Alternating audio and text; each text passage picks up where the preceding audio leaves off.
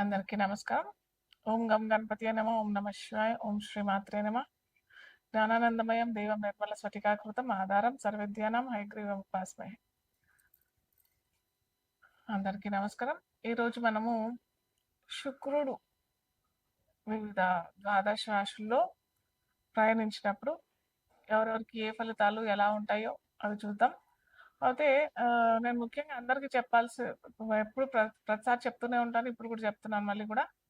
మనము రాశి ఫలితాలు అంటే చంద్రుడు ఉన్న రాశిని రాశి అంటాం.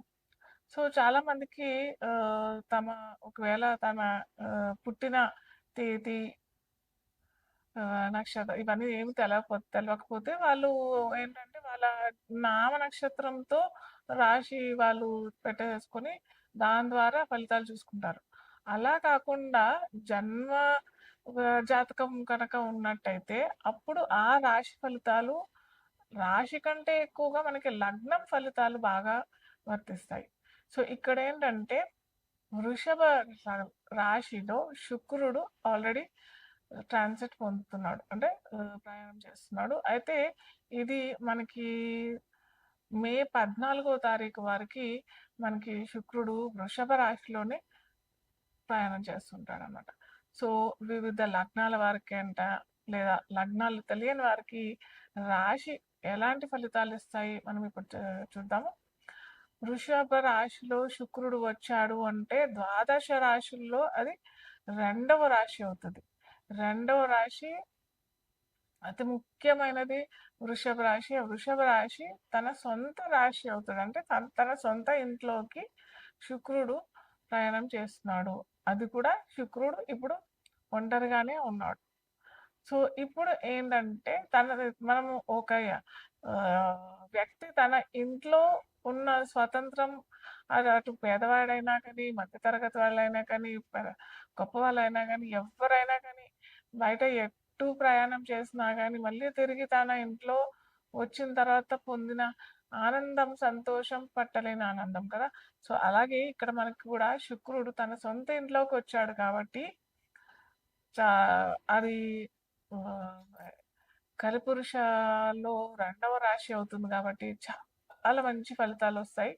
ముఖ్యంగా మనకి ఫైనాన్స్ పరంగా అయినా, డబ్బుల పరంగా అయినా, ఏమంటారు, వివాహ సమస్యల్లో ఏమన్నా సమస్యలు వస్తున్నాయి అని అంటే, అటు దాంపత్య జీవితంలో ఎటువంటి ఇబ్బందులు వచ్చినా కానీ అక్కడ కూడా మనకి ఈ శుక్రుడు ఈ ట్రాన్సిట్ వల్ల, అంటే సంచారం వల్ల ఖచ్చితంగా మంచి ఫలితాలే వస్తాయి. సో ముఖ్యంగా మనము ఇప్పుడు మేషరాశితో మనము ఒక్కొక్క రాశి వాళ్ళకి ఎలాంటి ఫలితాలు ఇస్తారు, లగ్నం అంటే లగ్నం తెలియని వారికి రాశి అని అనుకున్నట్టయితే ఎలాంటి ఫలితాలు ఇస్తాడు విత్ రెమెడీస్ మనం తెలుసుకుందాం. మిథున లగ్నం తెలియని వారికి రాశి అని చూసినట్టయితే మనకి స్పెసిఫిక్గా మిథున లగ్నానికి అధిపతి ఎవరు అని అంటే బుధుడు. అయితే బుధుడికి శుక్రుడికి మిత్రత్వం ఉంది ఇక్కడ. సో అందుకే శుక్రుడు ఖచ్చితంగా మనకి వ్యయంలో ఉంటాడు. ఇక్కడ మిథున లగ్నం వారికి వ్యయంలో ఉన్నప్పటికీ ఇక్కడ శుక్రుడు కానీ మంచి ఫలితాలే ఇస్తాడు. ఎందుకు అని అంటే ఇక్కడ చెప్పుకున్నాం కదా మిత్రుడు కాబట్టి ఖచ్చితంగా వారి జాతకంలో శుక్రుడు కనుక మంచి పొజిషన్లో ఉన్నాడు అని అంటే ఖచ్చితంగా ఇటు వైవాహిక జీవితంకైనా కానీ, ప్రేమికులకైనా కానీ, లేదా వివిధ రంగాల్లో కమ్యూనికేషన్, ముఖ్యంగా మిథున లగ్నం వారు కమ్యూనికేషన్ రంగంలోన, మార్కెటింగ్ రంగంలోన, మీడియా రంగంలోన, ఇలాంటి వాటిలో కన్సల్టెన్సీ రంగంలో అంటే ఉద్యోగం అన్నా చేస్తారు, లేదా బిజినెస్ అన్నా చేస్తారు. అయితే వీరు కేవలం ఉద్యోగానికే పరిమితం కాకుండా బిజినెస్లో వాళ్ళకి ఎక్కువ ఆలోచనలు ఏంటంటే బిజినెస్లో పెట్టుబడి పెట్టాలి అన్న ఆలోచన చాలా ఎక్కువగా ఉండుంటుంది.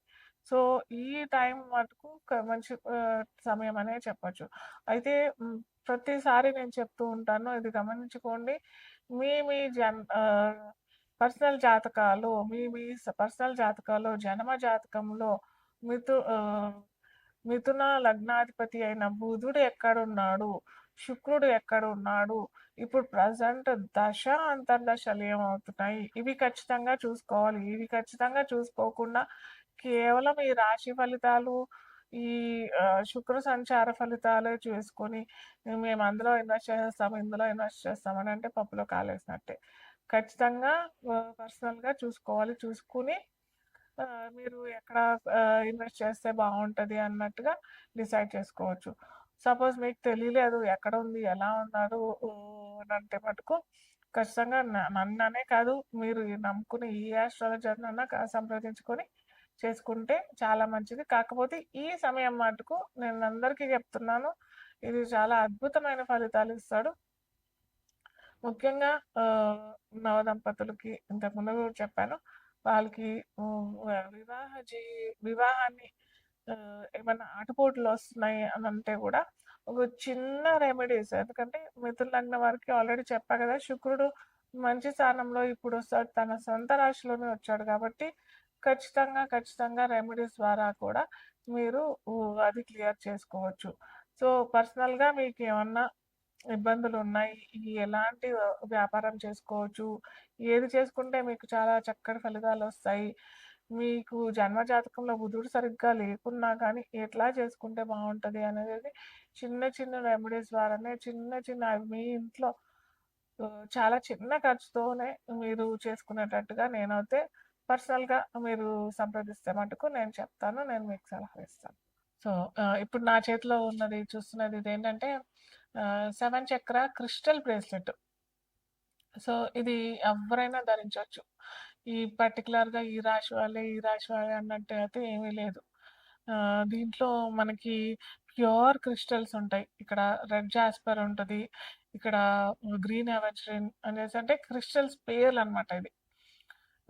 గ్రీన్ అవెన్స్‌రిన్, ఇక్కడ మనకి ఇది చూసినట్టయితే యెల్లో సఫారు, ఇది చూసినట్టయితే బ్లూ సఫారు, ఇదైతే పర్పుల్ ఎవెన్షన్.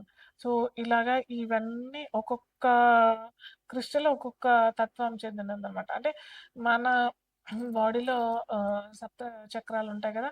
ఈ చక్రాలన్నీ మనం బ్యాలెన్స్డ్‌గా ఉంటేనే మనకి ఎటువంటి ఆరోగ్య సమస్య లేకుండా ఉంటుంది. బాడీ ఒత్తిడి పొందకుండా ఉంటుంది. సో, మనము అటు డాక్టర్స్ దగ్గరికెళ్ళి చిన్న వాటికి ఏదో మెడిసిన్స్ ద్వారా క్యూర్ అయిపోతది. కానీ అది టెంపరరీ ఎఫెక్టే కదా! ఎప్పుడైతే మనకి 7 చక్రాలు కరెక్ట్‌గా అలైన్ అయ్యి కుండలిని శక్తి అంటాం కదా!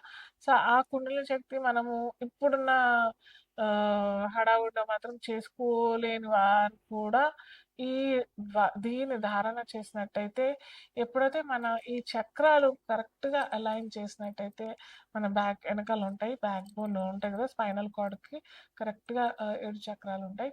ఈ చక్రాలు కనుక అలైన్ చేసినట్టయితే మనకి ఎటువంటి ఆరోగ్య సమస్యలు రావు.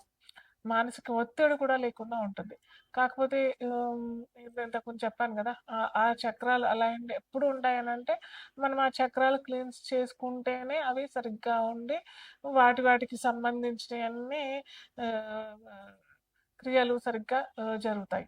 అవి కనుక ఎక్కడైతే అపశృతి జరిగినట్టయితే మనకి అనారోగ్య సమస్యలు చాలా మటుకు ఇప్పుడు అనారోగ్య సమస్యల కంటే ఎక్కువగా నా అనుభవంలో చూసిందేంటంటే depression, sleep disorders, plus ego, attitude, anger issues ఇలాంటియన్నీ ఎక్కువగా జరుగుతున్నాయి.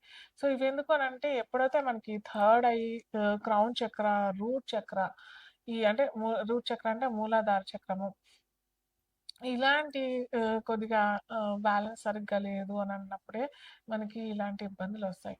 సో, దానికి సరియైన మార్గం ఇది. ఈ 7 చక్ర. ఇప్పుడు నేను కూడా ధారణ చేస్తానిది. ఎందుకంటే నేను కూడా మనిషినే గదా!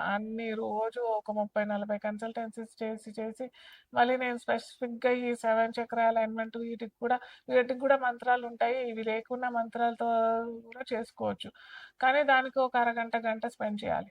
సో, అలా చేయలేము మనము. అందరూ చేయలేరు గదా! అరగంట, గంట చేయాలి అనంటే యోగా చేసుకోవాలి, ఎక్సర్సైజ్ చేసుకోవాలి, దీనికి కూడా చేసుకోవాలి, టైం కేటాయించాలి అనంటే కొద్దిగా ఇబ్బందే కదా!